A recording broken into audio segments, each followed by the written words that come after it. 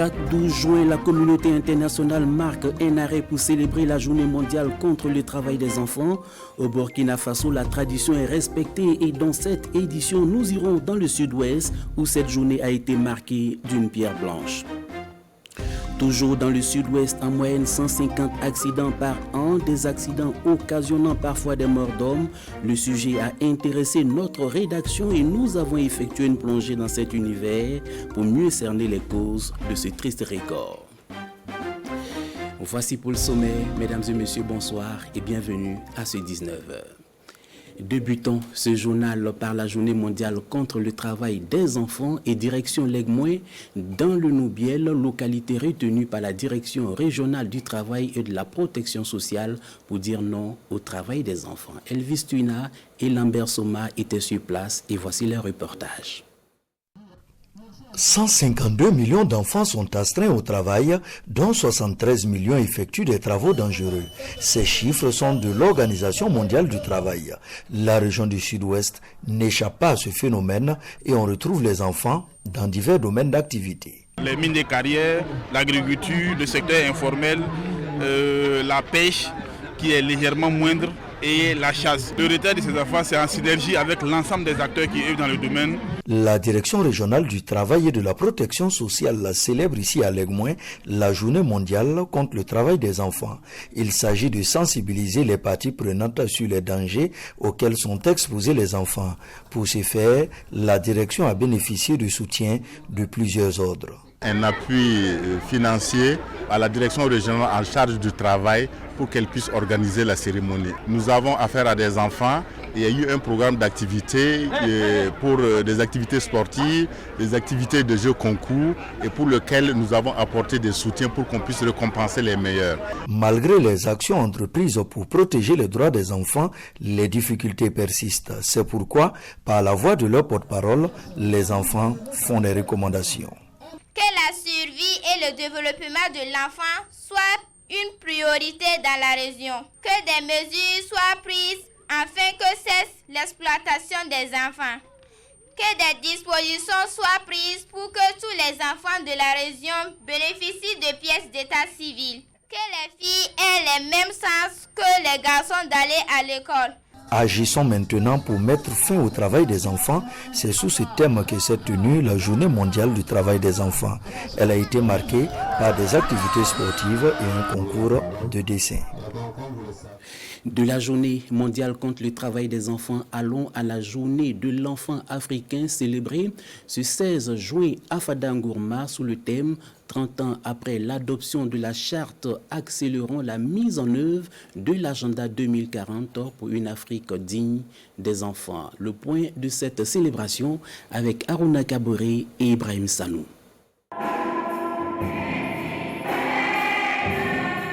L'église évangélique Sim de Fada célèbre la journée de l'enfant africain. Cela fait 30 ans que la charte des droits de l'enfant a été adoptée. Les acteurs réfléchissent sur comment accélérer la mise en œuvre de l'agenda 2040 pour une Afrique digne des enfants. Dans le cluster de Fada, nous avons déjà nous avons au total plus de 1000 bénéficiaires qui, ces enfants-là, sont encadrés, soutenus et aussi éduqués dans le sens du développement holistique, comme nous l'avons dit. L'enfant est dans le cœur de Dieu. Alors, si Dieu s'intéresse à une activité, il va de soi que l'Église s'y soit aussi intéressée. Donc nous sommes très réjouis d'abriter cette cérémonie ici. À la direction provinciale en charge de l'action sociale, les enfants du cluster de Fada remettent un mémorandum aux premiers responsables. Je remercie infiniment Compassion Internationale pour les actions qu'ils mènent chaque jour pour nous, de lutter pour nous dans le domaine physique, économique, sanitaire, à l'école. Merci infiniment pour les actions pour les efforts qu'ils ne cessent de consentir chaque jour.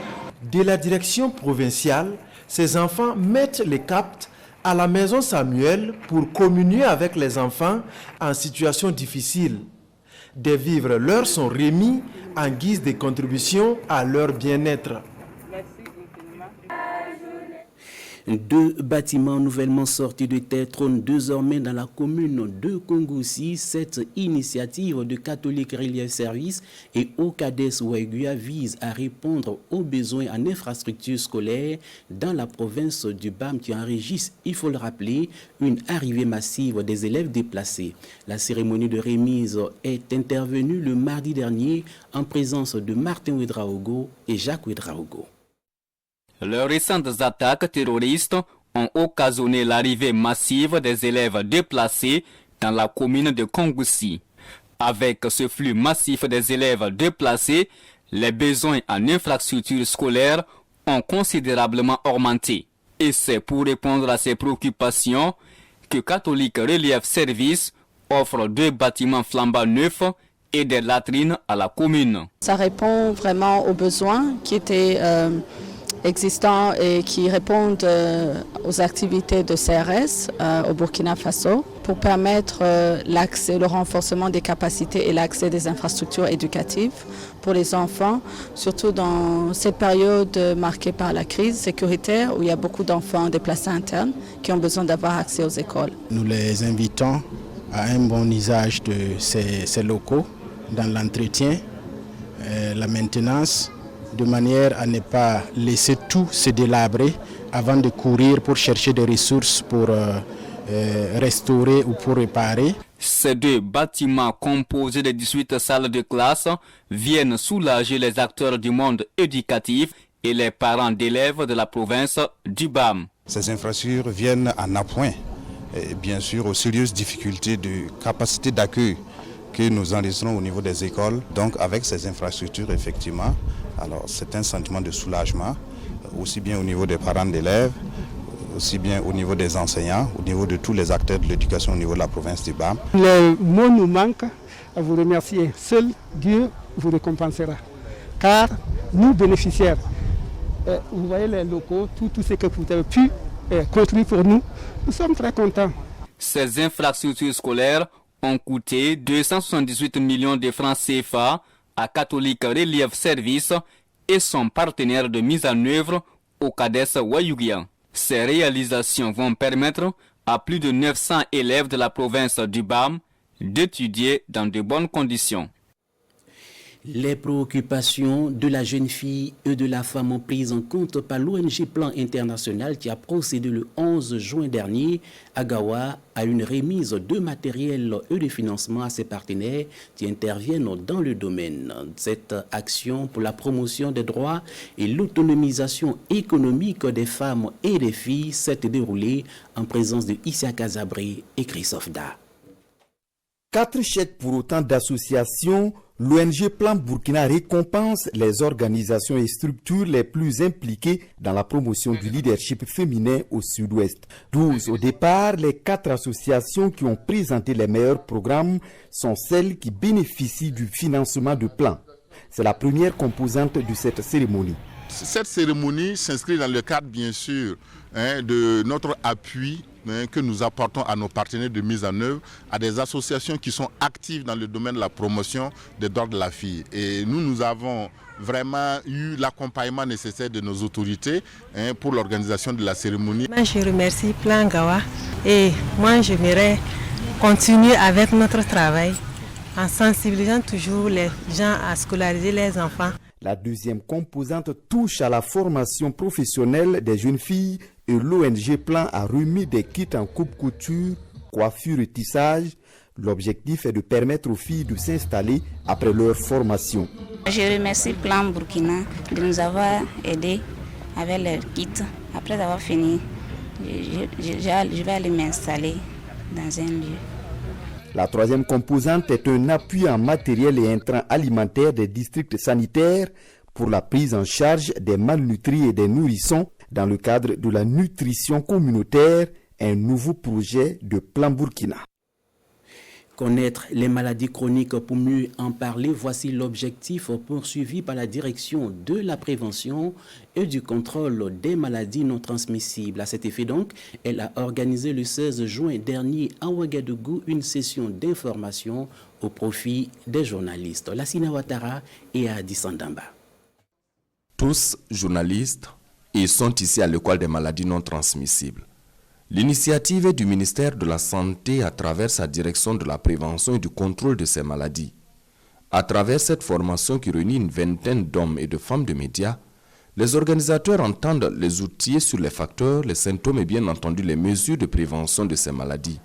Il s'agit du diabète, des cancers, des maladies respiratoires chroniques et celles cardiovasculaires, des maladies qui ne cessent de prendre de l'ampleur. Au niveau de notre pays, on est à 2% d'obésité, 17% pour les chiffres tensionnels élevés, 4,9% pour l'hyperglycémie, 23,7% pour la consommation d'alcool et 11% pour le tabagisme et 5% pour la consommation suffisante, donc 95% consommation insuffisante de fruits et légumes. Ces données sont de 2013 et selon l'OMS, la moyenne d'années préconisée pour ce type d'enquête est de 5 ans.